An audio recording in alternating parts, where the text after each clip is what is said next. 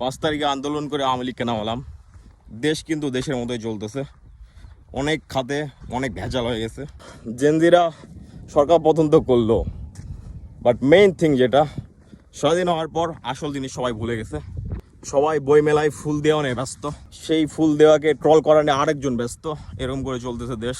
আর আমি কোনো ইউটিউবার ফেসবুকারদের দেখতেছি না যে দেশের স্ট্রাকচার চেঞ্জ করা নিয়ে কোনো ভিডিও করতেছে তারা। আমি জানতাম এইরকমই কিছু হবে, সবাই ট্রেন্ডে গা ভাসাবে, সরকার পতন হবে, বাট আসল মুদ্রা সবাই ভুলে যাবে। আমরা তো এটাই চাইছিলাম না যে আমাদের কথা শুনবে এরকম সরকার আসবে, ইয়াং জেনারেশন নিবে লিডারশিপ। এইটাই সেই সময় 2025 ভাই, সেই সময়টা চলে আসছে। আমরা যেটা ভাবছিলাম, কল্পনা করছিলাম কোনোদিন যে বাংলাদেশ সরকার কোনো ইয়াং লিডারশিপের কাছে যাবে, সব দেশ চালাবো আমরা, আমাদের কথায় দেশ চলবে। বাট আমরা করতেছি কি, আমরা আবার ট্রেন্ডে গা ভাসাচ্ছি, আবার চলতেছে এগুলা। দেশ নিয়ে ভাবার আর কিছু হচ্ছে না। ট্রেন্ড ছিল, সরকার পতন জাস্ট একটা ট্রেন্ড ছিল, আর কিছু না।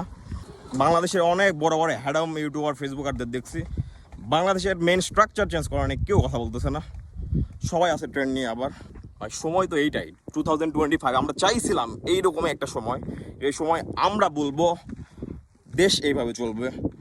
বাট আমরা মেন মুদ্রা ভুলে গেছি।